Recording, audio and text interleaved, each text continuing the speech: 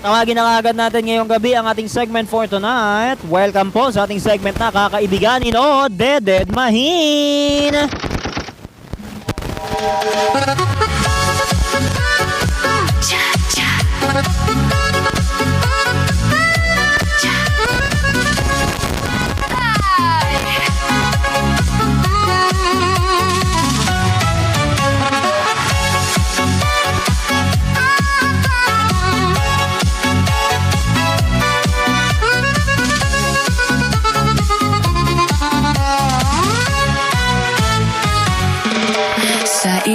Sa ating segment ngayong gabi na Kakaibiganin o Dededmahin, ilan sa mga pangalan ng inyong mga paboritong charismatic angels o mga ibang tao ang ating babanggitin ngayong gabi, kung saan tayong lahat ng mga nandito ngayon sa programang ito ay magbibigay ng opinyon kung ito ba'y inyong kakaibiganin o Dededmahin. Pero paalala sa ating mga kapatid na nakatutok sa gabing ito po ay katuwaan lamang at walang personalan.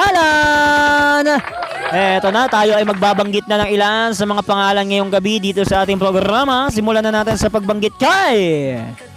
Eto na, meron akong mga litratong ipapakita sa inyo ngayong gabi dito sa ating programa. Let's start by... simulan natin sa pagpapakita ng picture na ito mula kay...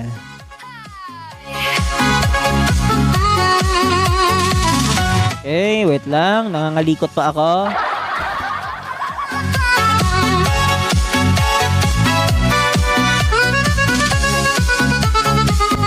Simulan natin sa mga kabatiban natin sa Buklod Dasal. Okay, sa ating mga kabatiban sa Buklod Dasal ng Merry Help of Christians. Number 1, simulan natin kay Terence Mariano, kakaibiganin o Dededmahin. Hawakan mo ako, wag kang bibitaw sa'yo na... kakaibiganin nyo ba si Terence o Dededmahin? Comment na mga netizens. Ayan na, may mga nagko-comment na. Ito, kakaibiganin. Ito pa, kakaibiganin. Aba, perfect. Uy, bata pa to, kakaibiganin nyo to. Siguraduhin nyo lang, ha. Alam nyo naman siguro. Pag may sumagot ng Dededmahin dyan, matik hindi kayo kakausapin noon. At lalong hindi kayo papansinin noon. Wala bang mag-iisip dyan?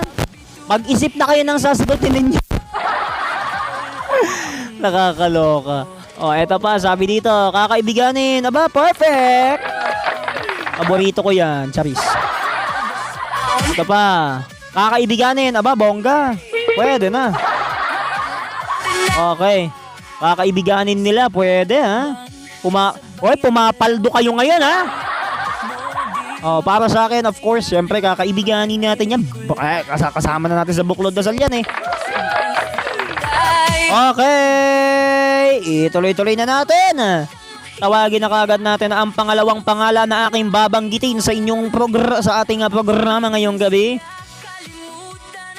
Ang pangalawang litrato ay magmumula kay...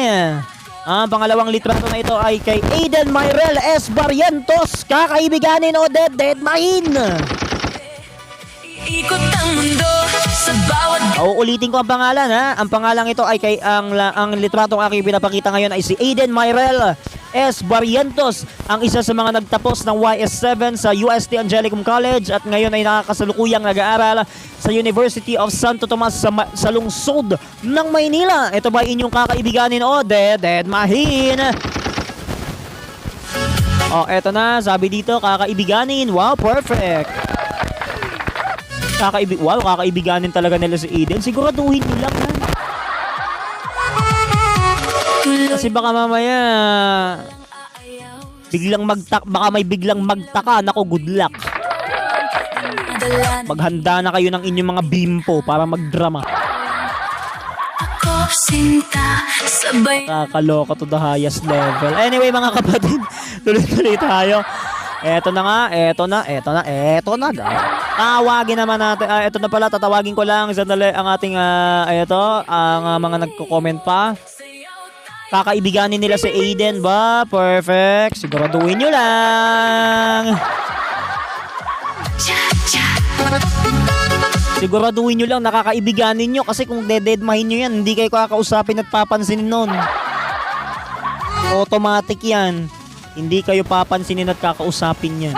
Uy, at lalong-lalo na nung ano ha, nung siya ay talagang nung nag-end ang kanyang elementary days, nung siya ay nag-aral sa UST Angelicum College way back noong taong 2023 to 2024, ay talagang doon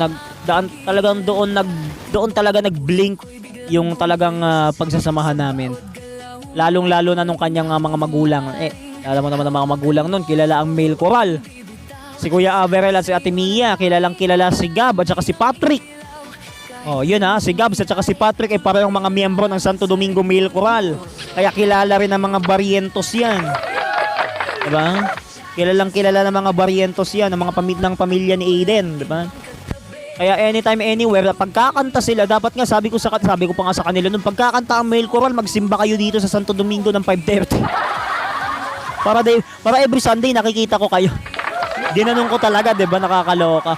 Pero nung talagang nung tauna ng Lanaval, October 3, 2025, unang araw ng novena noon.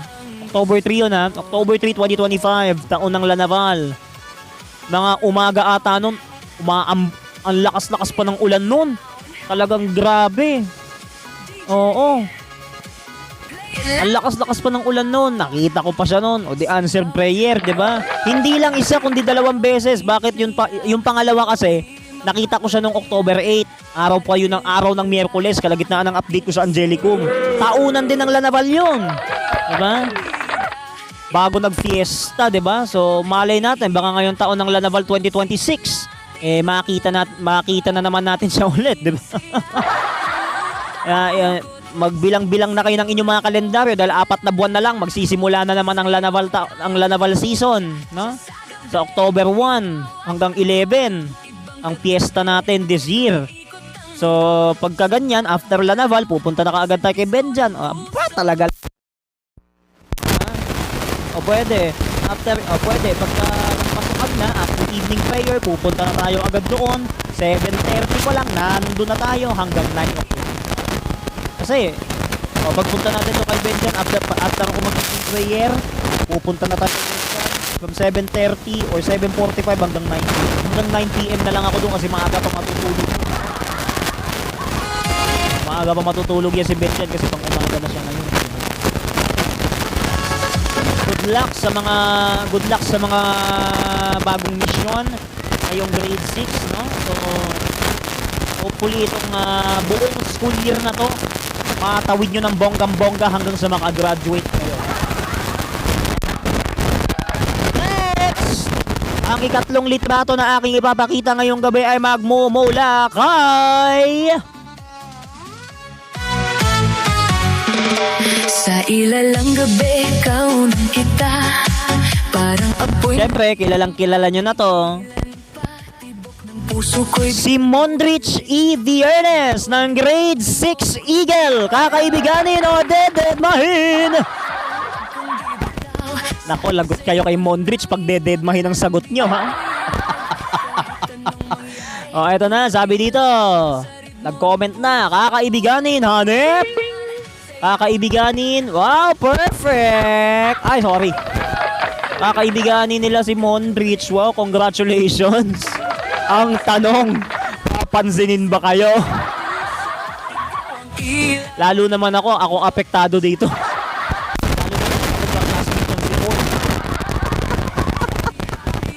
Mag-classmate pa rin sila ni Fort hanggang ngayon. Nakakaloka. Hindi talaga mapaghihiwalay. Okay. Eto na, Gar. Kakaibiganin, aba, perfect. Kakaibiganin nyo si Mondrich. Siguraduhin nyo lang. Dahil walang halong kalokohan yan. Grabe. So, ayun na nga. Ako na nga para sa akin. Dahil, alam mo naman yan, pag magbabantay ng tindahan, makikita mo siyang seryosong-seryoso. Pag anytime na meron akong kausap, halimbawa, kausap ko si Kuya Edoy ng Good Shepherd Square, nakalingon pa yan. Kaya ako, ang sagot ko dyan, kakaibiganin. Perfect, di ba? Nakakaloka. Ayan na nga po mga kapatid, ang ating mga litratong ipinakita ngayong gabi dito sa ating programa para sa ating segment na kakaibiganin o Dead Mahin, na kung saan ito po ay ikatawaan lamang at walang personalan.